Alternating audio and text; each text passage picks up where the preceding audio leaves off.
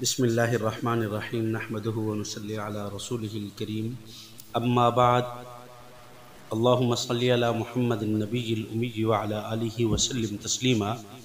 احباب گرامی، ہمارا یہ سراجی فی المیراث کا آج 17واں سبق ہے، اور آج کے اس 17ویں سبق میں ہم جدہ صحیحہ کے احوال پڑھیں گے۔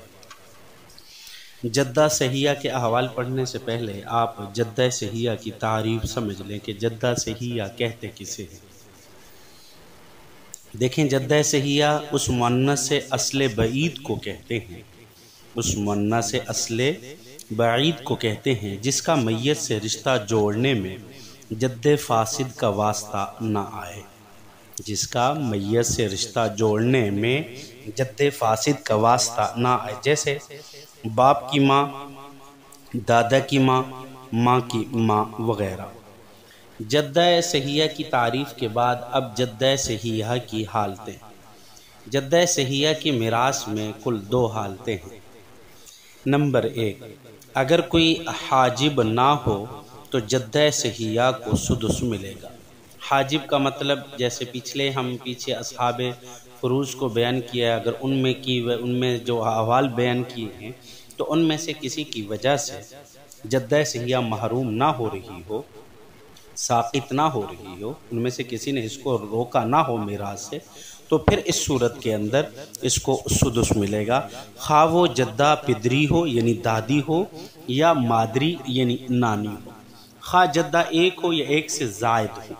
البتہ یہ ضروری ہے کہ وہ فاسدہ نہ ہو بلکہ صحیحہ ہوں اور مرتبہ میں برابر ہوں، یعنی اگر ایک جدہ ایک واسطہ سے نانی ہو اور دوسری بھی اسی ہی واسطے سے دادی ہو، اگر ایک قریب کی ہو اور دوسری دور کی ہو تو دور والی وارث دور کی ہو تو قریب والی وارث ہوگی اور دور والی ساقط ہوگی، دور والی وارث نہیں ہوگی۔ اب اس کی ذرا مثال کو سمجھیے کہ ایک آدمی کا انتقال ہوا، اب اس نے ایک چچا چھوڑا اور ایک بہن چھوڑی اور ایک اس نے ام الاب یعنی دادی چھوڑی، تو یہاں دادی کو سدس ملے گا، کوئی حاجب اس کا موجود نہیں ہے، بہن کو نصف ملے گا اور چچا عصبہ بن جائے گا۔ اور ایک دوسری مثال یہ کہ ایک آدمی کا انتقال ہوا اور اس نے ایک بیٹی چھوڑی اور ام الام یعنی ایک نانی چھوڑی اور اب الاب ایک دادا چھوڑا۔ اب بیٹی ایک ہونے کی صورت میں اس کو نصف ملے گا، اور ماں کو یہاں دادی نانی ہے ام الام، اس کو سدس ملے گا، اور اب الاب دادا یہ عصبہ بن جائے گا۔ باقی ان کو دینے کے بعد جو مال بچہ ہے وہ مال کس کو ملے گا؟ باپ کو، دادے کو ملے گا۔ اب اس کے بعد دوسری صورت، دوسری حالت جدہ صحیحہ۔ دوسری حالت یہ ہے کہ جدہ 4 صورتوں میں ساقط ہو جاتی ہے۔ جدہ صحیحہ 4 صورتوں میں کیا ہو جاتی ہے؟ ساقط ہو جاتی ہے۔ ان 4 صورتوں کو ذرا دیکھیے۔ سب سے پہلی صورت، ماں کی وجہ سے تمام جدات ساقط ہو جاتی ہیں، خواہ پدری ہوں یا مادری ہوں۔ نمبر 2، باپ کی وجہ سے صرف پدری جدات یعنی دادیاں ساقط ہوتی ہیں، مادری جدات یعنی نانیاں یہ ساقط نہیں ہوتی۔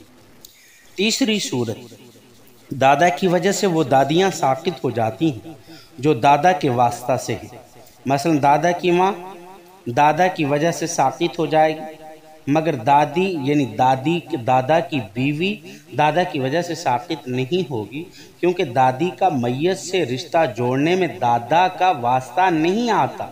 اسی طرح پردادے کی وجہ سے پردادا کی بیوی یعنی دادا کی ماں ساقط نہیں ہوگی۔ اسی طرح اوپر کی دادیوں کا حال بھی آپ خود ذرا سمجھ لیجیے۔ اب یہاں یہ چیز ذرا غور سے دیکھیے کہ دادی باپ کی وجہ سے ساقط ہو جاتی ہے لیکن دادا کی وجہ سے ساقط نہیں ہوتی۔ یہ مسئلہ ان 4 مسائل میں سے ہے جن کو بیان کرنے کا مصنف رحمہ اللہ نے دادا کے احوال میں وعدہ کیا تھا۔ اب آگے قریب والی چوتھی اس کی حالت یہ ہے، قریب والی جدہ خواہ کسی رشتے کی ہو دور والی کو ساقط کر دیتی ہے، خواہ باپ کی جانب سے ہوں یا ماں کی جانب سے ہوں، اور قریب والی جدات یہ وارث ہوتی ہیں اور دور والی یہ ساقط ہو جاتی ہیں، یہ محروم ہو جاتی ہیں۔ اب اس کی ذرا آپ مثالوں کو سمجھیے۔ ایک مثال یہ ہے کہ ایک آدمی کا انتقال ہوا، اس نے ماں چھوڑی اور 3 بیٹیاں اور چچا چھوڑا اور نانی اور دادی چھوڑی۔ تو ماں کی وجہ سے نانی اور دادی یہ دونوں ساقط ہو جائیں گی، محروم ہو جائیں گی ماں کی وجہ سے۔ یا صرف دادی چھوڑی اور ماں چھوڑی اور باپ چھوڑا، دوسری مثال، تو باب اسبا بنے گا، اور ام الام نانی چھوڑی اور ام الاب باپ کی ماں وہ دادی چھوڑی، تو اب یہاں ام الام سدس لے گی اور ام الاب یہ ساقط ہو جائے گی۔ تو یہ چند مثالیں بھی آپ کے سامنے بیان کی ہیں، اور یہ جدہ کے مختصراً ہم نے احوال آپ صاحب کے سامنے رکھے ہیں، اور ان کی وجہ حسر آسان ہے۔ دیکھیں جدہ کی 2 حالتیں ہیں، اگر کوئی حاجب نہیں ہے تو سدس لے گی، یعنی ایک طرف کی ہو یا دونوں طرف کی ہوں، بشرطے کہ رشتے میں دونوں کیا ہوں، برابر ہوں۔